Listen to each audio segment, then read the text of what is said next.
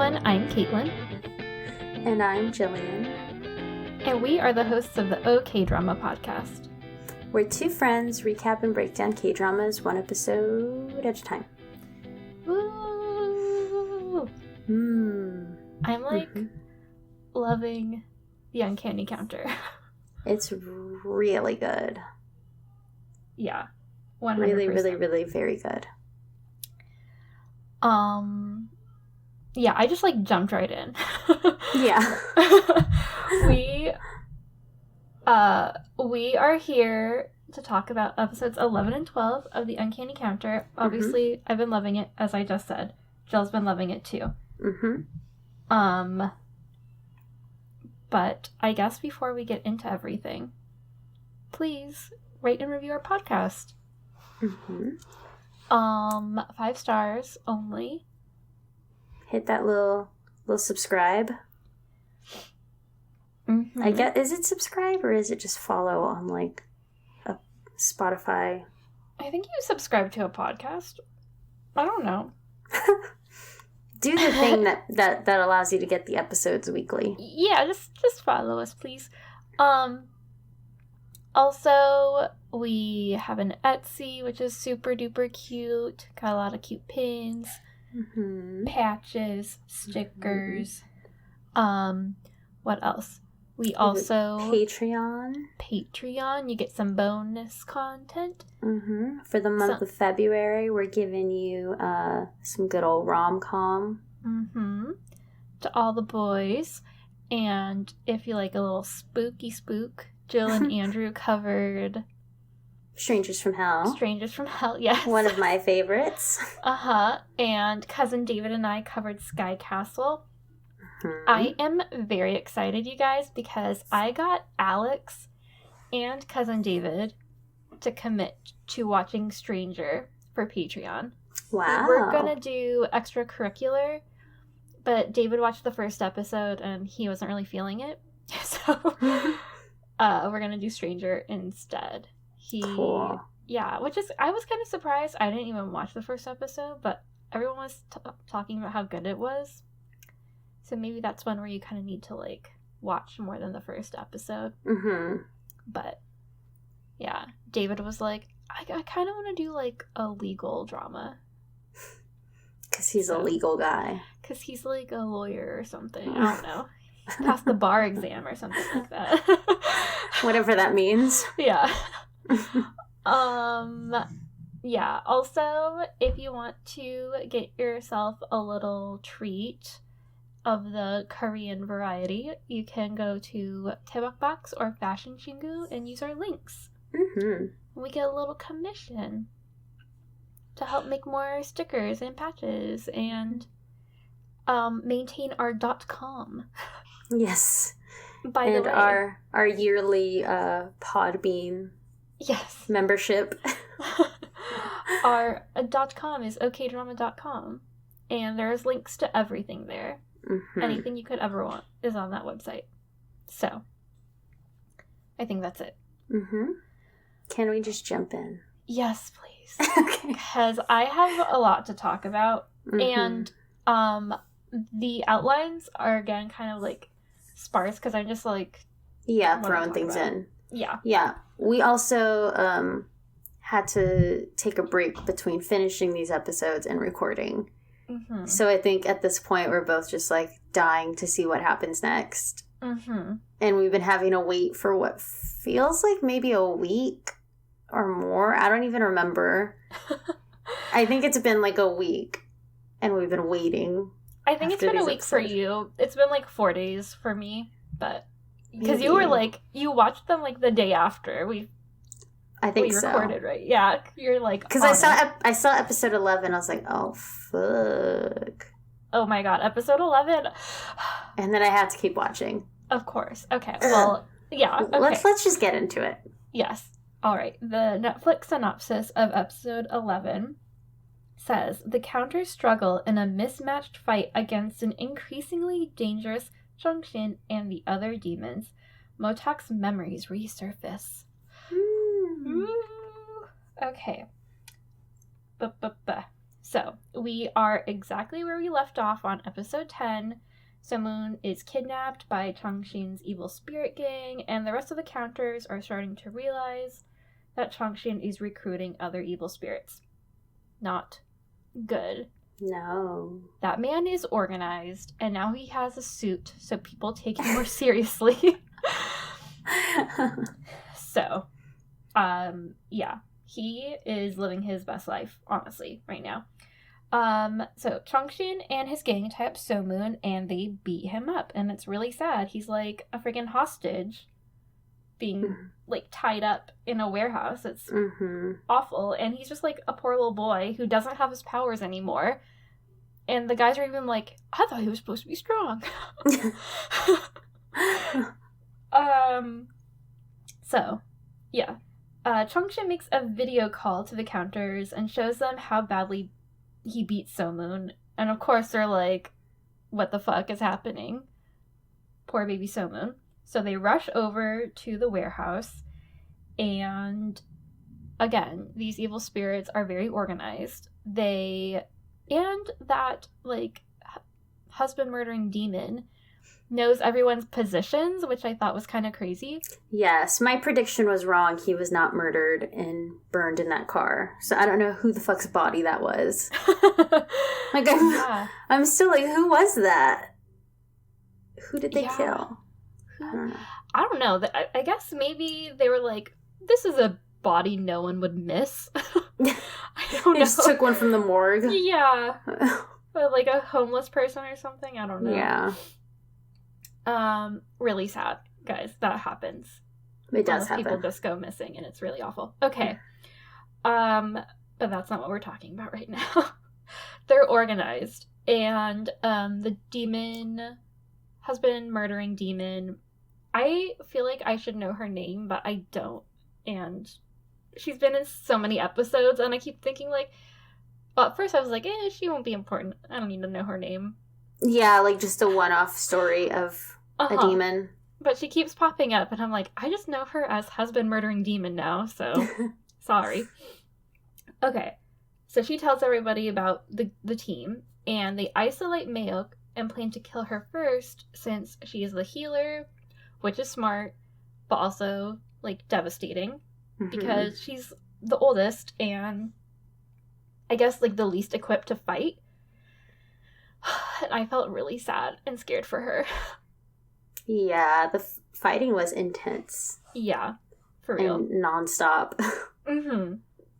They were, like, beating to kill. Not just, like, those bullies who were, like, being shitheads, but ultimately, like, you knew no one was going to die. These people are, like, fucking killing people. Okay. So then Changshin and the husband murdering demon start fighting Motak and Hana, and they're, like, again, going at it. But Hana and Motak are, you know, younger and better at fighting, so it's almost evenly matched. But then I think Changshin kills one of the other demons and eats the soul to, like, power up, I guess.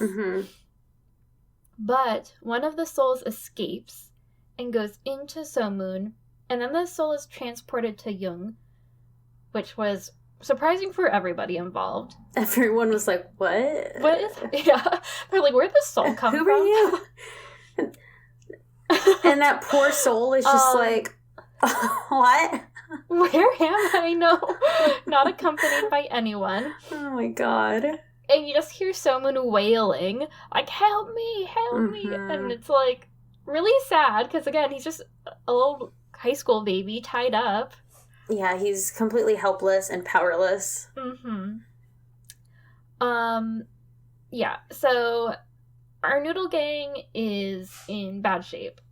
And, again, someone is, like, despondent, keeps calling out for help. And then the spirits in Young are like, guys, I think we need to go help. So, Wiegand, like, goes back into So-moon's body, essentially. But Changshin and his crew leave after the noodle gang seems like they've been beaten. Like, fucking Mayok is almost dead. Changshin, Motak He's been, like, beaten in the head with a cinder block. Mm-hmm. And his eyes all fucking bloody. It's, like, not good. So, they walk out. And then Chung-shin blows up the warehouse while the mayor and Tae-shin watch from a distance. And Tae-shin's, like, fucking high. He's, like, well, I don't know if he's high on drugs or just high on the adrenaline of, like, blowing something up and killing people. Which, in and of itself, is really shitty. Yeah. But he's, like, living it. So, again, all the while, Wigan has gone back into Somun, and he summoned the territory to protect the Noodle Gang, and he gets them to safety. And, like, thank goodness, everyone is safe. And then also in Young, when the fighting is happening with Mayok, her son, like, becomes unconscious. Yes. And that was, like, the first sign where everyone up there was like, what's happening? Mm-hmm. And part of me was like, how'd no one up there feel all this fighting? Right. How no one know what was going on? Like, when Wigan is like, your feelings are my feelings or whatever, like, I feel everything you feel. Like, why didn't they feel this intensity going down? Right. Well, I guess, like, maybe because they are always fighting demons. Maybe. But this is, like, extra fucking bad. If I was a counter, if I was one of those three, I would have been like, hey, y'all fucked up. Yes. They have him now, and now there's a ton of them, and now it's just us three fighting, so thank you. Are you gonna help us? Yeah. What the fuck? I'd like to speak to a manager, please. Yes, I would like to report this. This is bullshit. Ugh, who is God. above the inspector? Because we need some oversight. Some bad decision making happening. Like, no. For real. I don't like this. 100%. And why no one saw this coming is beyond me. I know. And, like, Motak will eventually kind of say that. He's like, Yeah. we fucking told you guys, like, yes, y'all that we don't need fucking know him. anything up here. They're just in their fucking white palace. Just, They're all at a table all the time. And what are they doing? I know, they're just, like, playing board games and arranging flowers, and Suho's always in his little... He's always on the ladder. Yeah. In his oh my little gosh. filing room. Mm-hmm. Okay, also, this is kind of jumping ahead or not really relevant, but I really like Suho's hair. It's, like, perfectly combed Mm-hmm. to look, like, put together, but not, like, a K-drama asshole. Yeah. Where, you know what I mean? Like, it's the perfect amount of disheveled, but parted. Yes. And you can see the forehead. Anyway, so, the counters regroup, and Miss Chu Mayok is taken to the hospital. Motak escorts the demons and spirits to Young, and like we said, he gets mad at Wigan and Giran and basically blames them for everything. We agree. Yes. Yes. Totally. They fucked up. The counters drop the evil humans off at the police station, and they tie them up and they put a little sign on them, which is funny. But, like we said, the mayor and Tae-shin are, like, super fucking stoked because they think the Noodle Gang is taken care of. And then the mayor mentions, like, okay, there's only one bitch left or something like that. And, like, obviously it's Jong-young because she is causing problems for those shitheads. And then we kind of, like, in this episode and the next episode, I didn't touch on it a lot because these scenes are really short. But Chung-shin and his other demons are, like, roommates now. And they are not getting along. Yeah, we should have called that last episode in predictions. Like, yeah, all these shitheads, like, of course they're not going to get along. Of course they're going to, like, try to murder each other because they're all fucking insane. Especially the 2 level 3 ones. Like, come on. Yeah, they're very, like, power hungry and they don't like to be told what to do. It's exactly. Like, it almost seems like Chung-shin clearly has an agenda, but the husband murdering demon just kind of, like, wants anarchy and to go shopping and to murder people. Yes. So she doesn't really have self-control, and she doesn't think she needs self-control. She's just like, fuck it all. Exactly. Which, I mean, I kind of get it, except for the murdering people part. Yeah.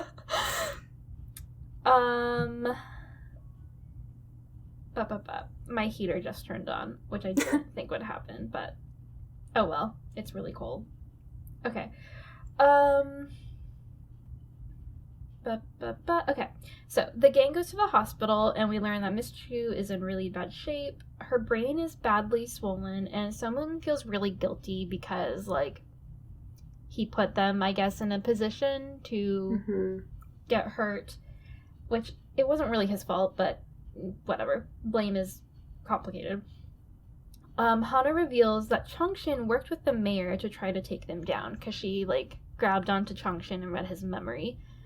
And everyone's like, what the fuck? Like, it's going all the way to the top. How shitty could these people be? Exactly. The shitheads uniting. Like, awful. So, Somun is then summoned to Yung, whatever, where Wigan and the inspector reinstate him as a counter, and they apologize and admit that they were wrong.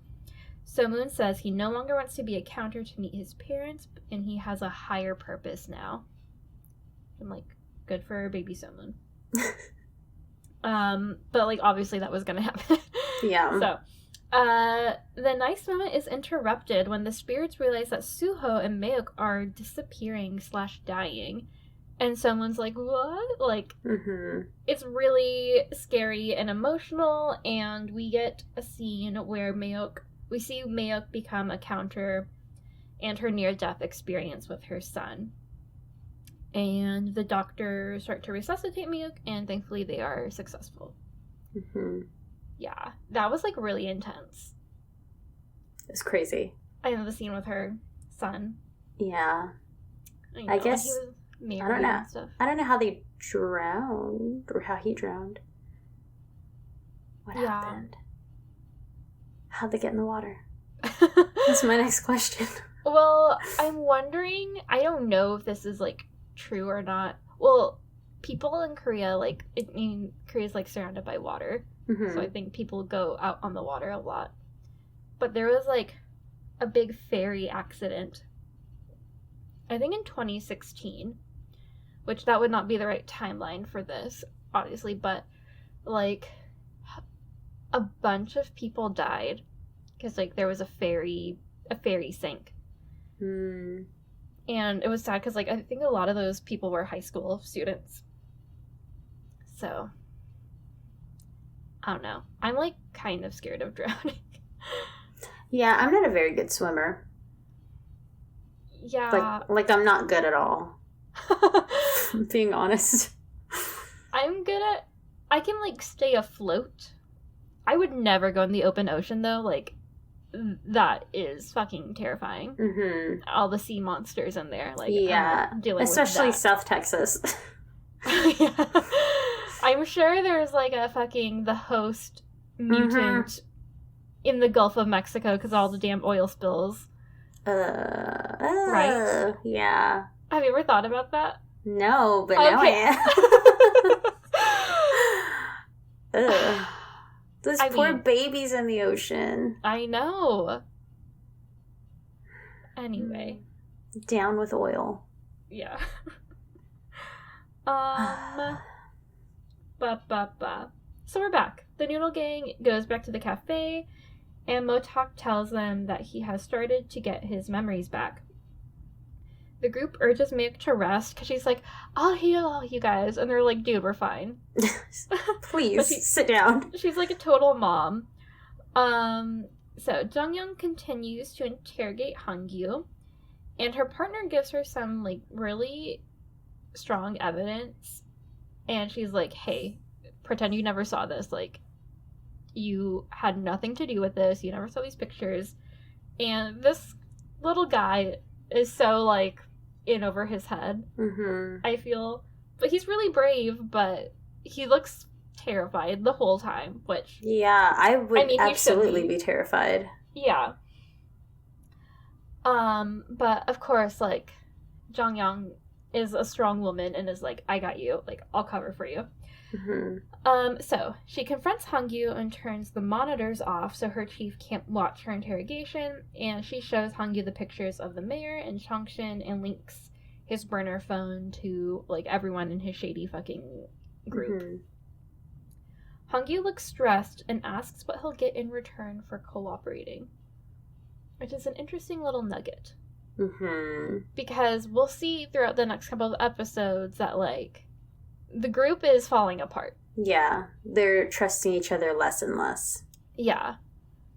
Which, I mean, they should not trust each other, but, like, they're all fucked up. Anyway, Taishin confronts the chief and treats him like absolute garbage. Like, I felt so much secondhand embarrassment for the chief in this scene, because he basically tells the chief to deal with Kim Jong-young and, like, literally kicks him out of his car.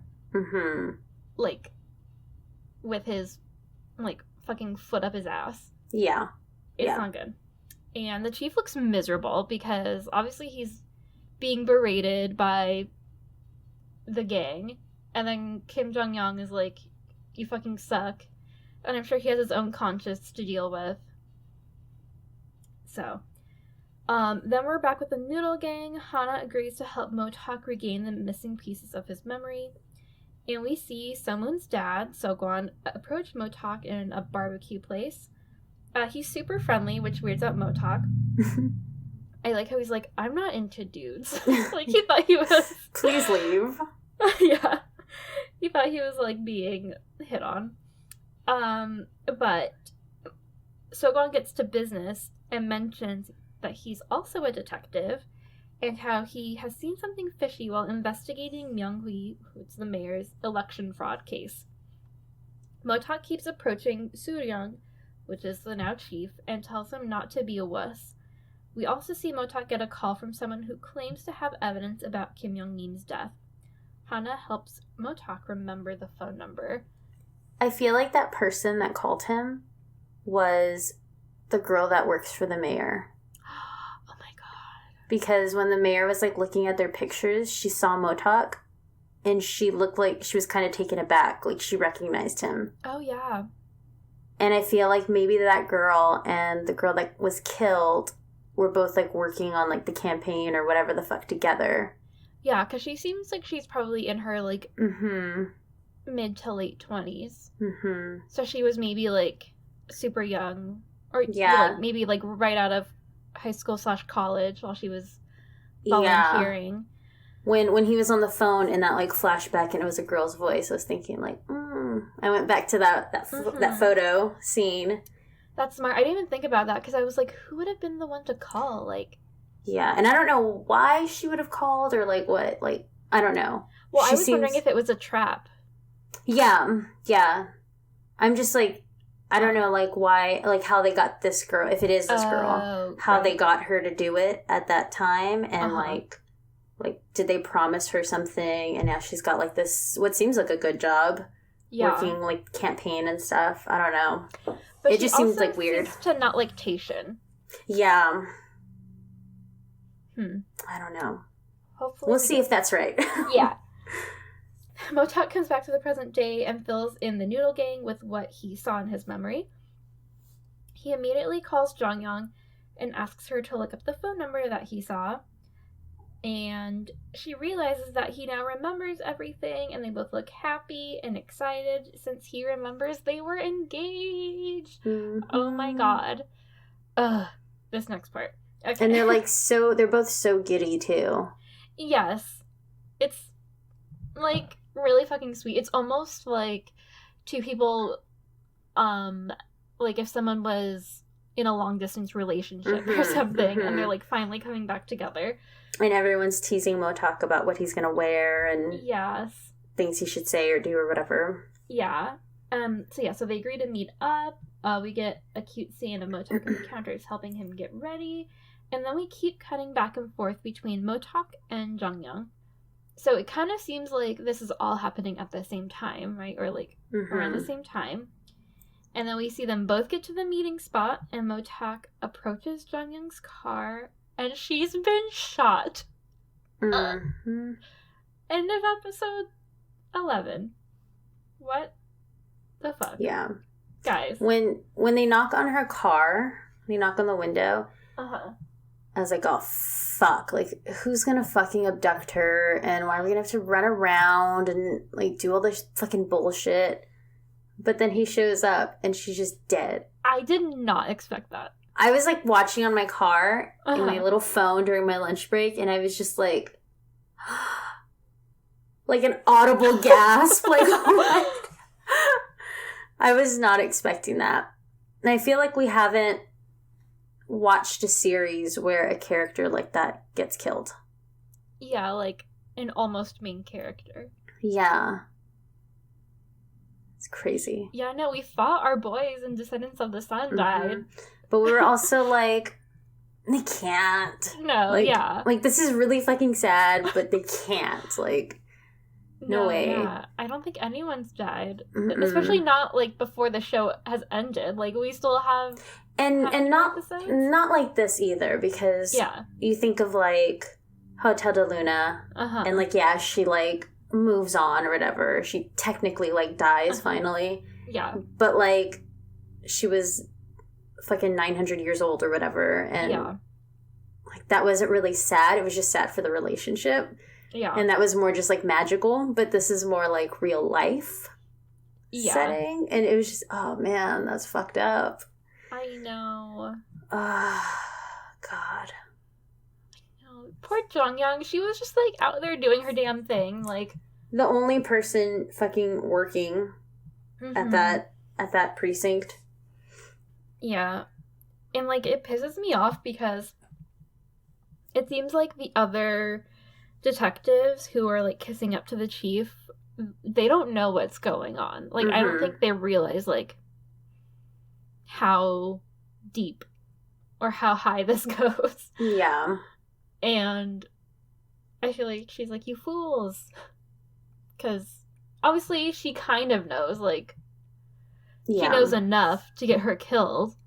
But, fuck. Those dumb men. Those dumb, stupid idiots. I know. The only one committed to justice. Of course. Yeah. All right, I'm gonna jump into 11 now. Yes. So we can do this. All right. So episode 12 says, a heartbroken Motak and the team plot revenge against Shin Myung-hee and his collaborators. While carrying out with their scheme, a human corpse turns up. Ew. I like how they use the word collaborators. Yes. It makes it sound like it's a fucking art project or something. All right. A mixtape. Yes. So Motak sees Jungyoung's body in her car, and he immediately rushes her to the hospital. She's apparently still alive, and at that point, watching, I was like, okay, so she's gonna live. It's gonna be a Mayok thing, where we're, like, gutted, and then everything's fine. So the doctors take her into surgery, but then when Motak's waiting for her, he fucking sees her little spirit orb leave the hospital. So and sad. it like orbs around him. It's like kind of hovering, and then it just goes poof. So sad. Yeah. But at least a spirit, like an evil spirit, didn't, like, suck her up or something. Totally, that would have been... Because that would have been worse. Really fucked up, yeah. Like Chongxin got her, the husband-murdering demon ate her. Yeah. Motak tries to grieve Jungyoung's death, and So-moon accompanies him to the memorial service. There's also a scene where he, like, finds her wallet, like her wallet fell. Oh, yeah. When they're, like, taking her in, and then he sees the photo of the two of them, and then he's just, like, gutted all over again. I know. Yeah, they go to the memorial service, and they have to lay low because everyone thinks they're dead. Awkward. They're all still at the noodle shop, though, which I also think is a bad idea, because everyone knows they work there. But whatever. Motak is filled with rage when he overhears the police force spreading a rumor that she actually killed herself. That was so fucked up. So fucked up, it makes no goddamn sense. Yeah, like, why would she kill herself in the parking lot? Also, like, she was fine. Like, yeah. I mean, I guess they could be like, oh, like, she got too stressed out or whatever, blah, blah, blah, blah, blah. But, like, why would she kill herself in the parking lot? Yeah, and not leave any sort of note or anything. Like, yeah. Nah. Fucked up. Mm-hmm. The guys go back to the noodle shop, and Motak reveals that the police are covering up her death. Motak says that he saw Jung-young's final moments as he held her, and he saw someone with a gold police force watch point a gun at her. Mm-hmm. And he tells them, you only get that watch if you have served on the force for over 20 years. And part of me thinks it was the chief. Yes. Because I don't know who else has been there that long that's, like, been fucking pissing her off. Yeah. And knows how much she knows. Unless the chief gave his watch to someone. I mean, I don't know. Mm-hmm. But yeah, it seems like all signs point to the chief right now. Mm-hmm. He decides to reach out to Jung-young's partner, Kang Han-ul, Kang Han-ul, for help. Han-ul fills Motak in on what they were investigating and says he will help Motak try to find who killed Jung-young, even though he's scared. Motak so scared. I know. Motak warns him to watch his back and to trust no one. Totally. Yeah. I would be like, that's my motto. Get a transfer, please? Please. I will still help, but I cannot be here. Crazy. The counters keep looking into Jung-young's death and the mayor's gang, and they start to believe that Jung-young was killed after she froze the Taishan group's accounts. Hana suggests they do things, quote, their way, and steal the 5 billion won that the mayor needs. No one should suspect them since, everyone thinks they're dead. Mm-hmm. And the Taishan people can't report it to the police since the accounts are fraudulent. Perfect. And I know. And they know the group will come running to another person with money, which is where Jong-mil steps in. And he's just so good. I love him in this episode. He's ready. He's ready to fuck shit up. He's so excited. Uh-huh. It's so good. Motak goes to Young and he tells them his plan. And he convinces the spirits to agree to the plan, which thankfully they do. Yeah. Because otherwise, this would be impossible. But he made a point in saying, these people are shitty and they're, cooperating with evil spirits. They know these people are murderers and awful, and they're still working with them and doing things with them. They're just as bad as a fucking demon. Mm-hmm. And the group at Young is all right, go for it. Mm-hmm. But be careful. Yeah. Don't fuck up. The counters get to work. Mayok plants trackers on the gang's cars, and it's really funny when one of them almost spots her. Uh-huh. And she just starts calling her dog's name or something. Yeah. And she's just running past him with the car. She's just Mimi or whatever the fuck she calls. The guy's what the fuck? So Jung-mil hems it up, and he says if the mayor can come up. Oh, sorry, I missed a part here. Jung-mil meets the mayor for the first time for dinner, and he's coming in as a prospective donor. And so the mayor wants to look really good, and he wants everything to be great. He wants this donor. Yeah. Big money right here. Jung-mil hems it up and says if the mayor can come up with 5 billion won, he will match it. And they just want to be all fucking dicks out, and they're let's just bring suitcases full of money. I know, that show each other the money. Insane. What? Can't you just show him a bank statement? Yeah, seriously. I have the money. Crazy. I know. That could be a scam though, so I don't know. I guess it's better to see it. That much money. But Jung-mil does a really good job in playing this role, and just he comes in as this really cool billionaire with his cool earrings and his suit and his mustache. Yeah, and he's I've fucked up before too, Yeah, he's I was in prison. I'm okay now. I never do bad things. So Tayshin starts to get jealous while the mayor distances himself from him. And Tayshin starts to wonder if the mayor is trying to get rid of them and trying to replace them with, like, other people. Yes, and he's like, he can't do that because we know his secrets. But also, like, y'all are keep fucking shit up. Like, he probably doesn't want to be associated with you. Well, he's running for president. Yeah. Y'all are bad news. The mayor relays all of this to the rest of his little shitty minions. So Chingu and the others start emptying the bank accounts, which is just, like, that's so much money to empty out. I know. And be in charge of. They start to place the money in suitcases in the back of a van so it can be presented to Jongmyo. Meanwhile, the Noodle Gang has been tailing the mayor's crew. They have those same suitcases. They follow the mayor's gang to a parking garage, and they're parked, like, right beside them.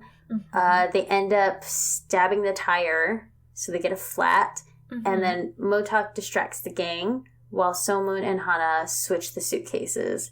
So Motok is acting as, like, the AAA guy, basically. Yeah, like the roadside assistant. Yeah, and he's got, like, a mask on so you can't see his face, and he's wearing, like, glasses and a cap and stuff. And it's just, like, comedy ensues of him falling and wheels rolling everywhere. It's so stupid.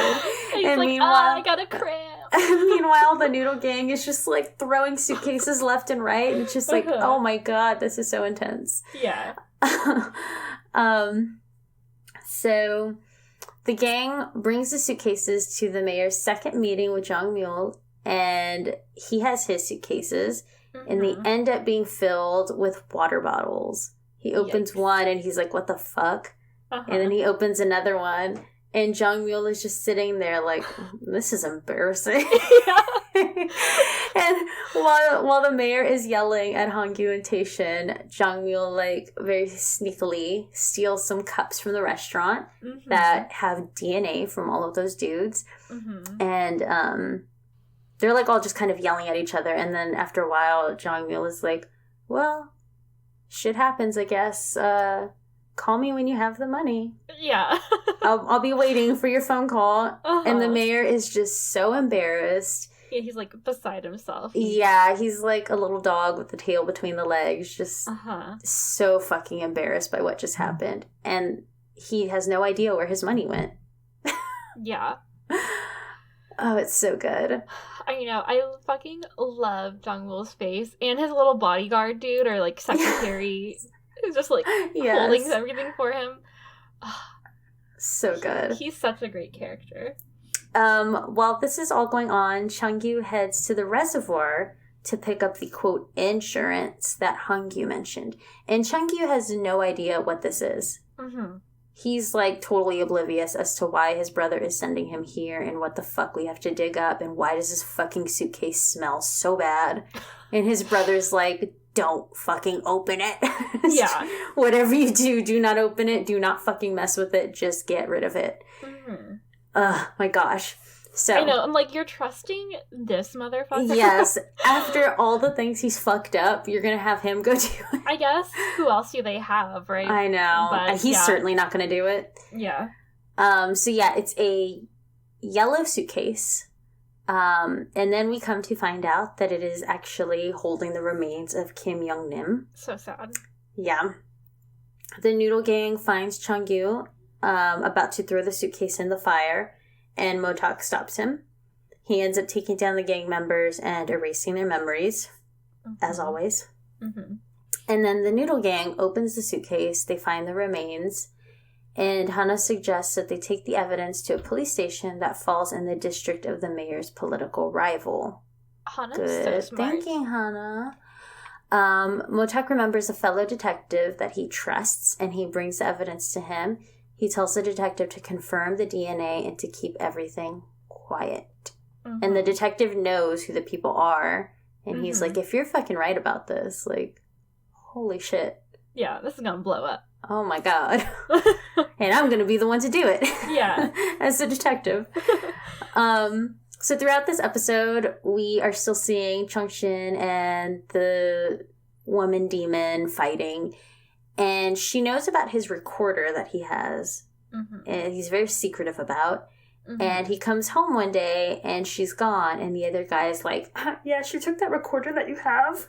And she left. And Chung-shin just fucking loses his shit. Oh my god. And I don't know, like, what made her want to take that. And, like, why she's so adamant to just, like, stir the fucking pot. Chung-shin, yeah. Yeah, like... After he broke her out of the jail. Exactly. She just wants to be a fucking asshole. He somehow finds her. And they get into, like, a super intense back and forth thing. And then we cut back to the mayor, Tae-shin, and Hong-gyu freaking out about where the fuck the money has gone. All of that money. And they start to interrogate those, like, shitty game members. And those guys are like, I don't even remember anything. I don't know what happened. And then Hong-gyu starts wondering, like, what the fuck? Yeah, did like, those last time people could remember stuff. Did those noodle bitches do this? And then the detective calls Motok back, and he confirms that Hong-gyu and the mayor's DNA were on Kim Young-nim's body. And the detectives go to arrest the mayor while the group of the mayor's supporters wait outside. And there's also a scene when Hong-gyu tells his brother to get the suitcase. There's a scene of him, like, having to clean up the body and take care of it. So that explains his DNA being there. And I guess the mayor's the one that killed her and probably sexually assaulted her and whatever the fuck else. And then they said called his friend. The mayor's DNA was under her fingernails. Yeah. So he probably fucked it up and then called Hong-gyu to clean it up. Clean up the mess. So the counters watch him get arrested from a distance, but So-moon goes to confront the mayor, and So-moon tells the mayor that he will pay for everything, but then the mayor asks him how his parents are. Such a dick. Yeah. And he says, didn't he say, like, they look like they're doing well? I don't remember that. I just remember him saying, like, how are your parents? I feel like he said they look like they're doing well and looked over at Mayok and Motok. Oh, I didn't which was confusing to me. So I don't know, like, if I read it wrong and if I, like, saw that wrong. But it still hasn't come to light that they know who his dad was and how his dad was investigating. That's true. So I don't know if, like, he's just, like, dumb and thinks that Mayok and Motok are, I don't know what the fuck. Yeah, I totally thought, like, oh, I know we killed your parents, but maybe they don't. Yeah, I don't know. Confusing, yeah. It's hard reading, like, sarcasm and shit like that in another language. For sure. I'm reading a subtitle. I'm like, I don't know if you meant his real parents or, like, his new adopted parents. Right. Like, essentially his parents now. But the episode ends there, and I want to know what the fuck happens next. Yeah. Yes, please. We only have 4 more episodes left. And, like, how's the mayor gonna get... How's he gonna reframe the narrative of his DNA being under her fingernails? Yeah, that will be tough, because he's like, this is political, whatever. But the DNA don't lie, my dude. Yeah, I don't know. So wild. Is the mayor married? I mean, obviously we know he has a son. But... I was going to say he has a son, but yeah, it's the asshole. It's the asshole bully. Yes. Yeah, I don't know. They've never mentioned... A wife. A wife or a mother. Yeah. Maybe she died. Maybe. Maybe he killed her, too, because he's an asshole. Maybe.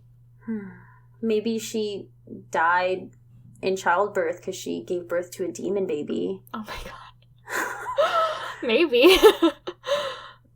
Maybe she just divorced him because he's a cheater and shitty. That's like the best case scenario, honestly. For her, yes. Yeah. My gosh.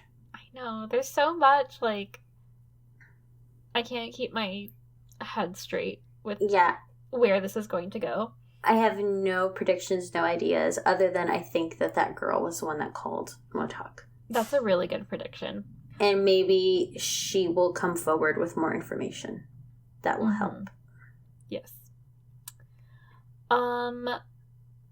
This isn't a prediction or anything. I just want to give a shout out because the girl that plays Hana sang like one of the like that kind of like slow ballady song, the slow sad song, in the soundtrack. I don't remember it. I think it was playing while Mayok and Suho's like little dreamy sequence. But she's very talented. Good for her. Yay. Yeah. Look at you go. But yeah, I just need to keep watching. Definitely. No predictions from me. I usually have a ton of predictions or like inner fan rewrites. Yeah, but no, I'm just like so ready. I can't wait. Do you have fashion?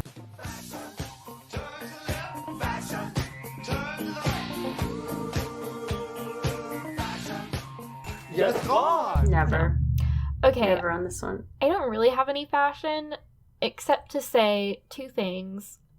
One, so the woman demon steals an outfit from like an innocent woman in a bathroom.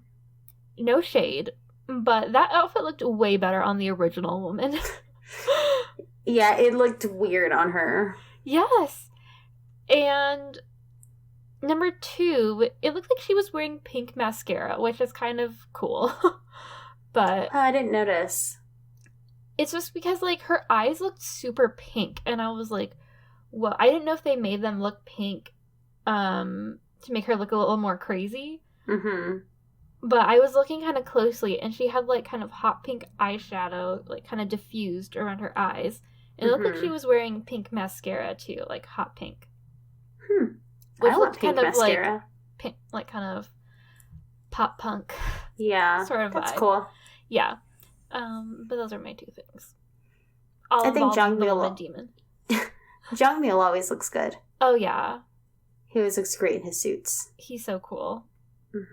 I wish I was, like, his granddaughter or something. I don't want to be a sugar baby or anything, but I just want to, like, kind of hang out with him and him buy me stuff. Which I guess that is being a sugar baby. I just don't want it to become sexual in any way. I mean, for some, I think it's just, like, friendship. Yeah. So you're not lonely. Which is so weird. Yeah, I mean, I don't know, like, I'll hang out with you. Whatever. As long as you're not annoying. Yeah. Just don't make any advances towards me. We won't have any problems. All good. All right, do you have an I love you? I love you. I love you. I will always love you. I love you. I'll just steal yours. Okay. So you can say it. Okay, I just said Motak and Jonghyun and What the Fuck writers. Like, we only got, I feel like, a minute of happiness for them. They probably didn't want us to fall too in love with their love. So we wouldn't be absolutely devastated. Yeah. Yeah. Because imagine, like, if he got his memories back, like, 2 episodes ago. And they met up, and then they were, like, all excited and, like, I still love you. I still love you. I don't remember things mostly, but I love you. And then they kill her. I don't know. It's hard sad, either though. way. Yeah, like, yeah. I did not expect her to die at all. Like, that wasn't even in the realm of possibilities for me. No. I honestly thought one of the counters would die before Jung-yeon. Like, I just thought that she was going to get kidnapped. Mm-hmm. Like the way the demons took Somun. Mm-hmm. And I thought, like, Motak was going to have to quickly find her. Yeah. Search for clues and save her last minute or whatever. Yeah. Or I thought, like, they were going to get her fired and, like, maybe put her in prison or something. Like, try to frame her for a crime. Mm-hmm. Which, they could have just done that. Like, they didn't need to kill her. Like... I don't know, these guys suck. Yeah. And I guess they thought or knew she was, like, too smart and could still take them down. But, yeah. Super sad. Okay. Do you have any other drama corner or some other thing you want to talk about? No, I haven't really been watching anything lately. Yeah. Other than this show and Drag Race. This is literally all I'm watching. Yeah, I've really been watching, excuse me, I'm preparing for SHINee's comeback, so I'm watching, like, their appearances on variety shows, just so I can kind of, like, immerse myself even more. Yeah. And my morning treadmill shows have been that, and I also started watching Red Velvet's, like, little mini reality show web series. Cool. Yeah. I love SM artists. They're great. Shout out to Red Velvet and EXO and SHINee. Three of my faves. Anyway, I'm really sleepy. So I'm sleepy too. I think we should call it and go watch some more The Uncanny Counter. Yes, please. Okay, guys, let us know what you've been watching, what we should watch next. There's only technically 3 more podcast episodes because our awards are coming up, so keep your eyes peeled for the polls. Tell us what we should watch next. Tell us what you think of this pod and of this drama. Yeah, yes, please. And we will talk to you guys next week. Goodbye. Goodbye.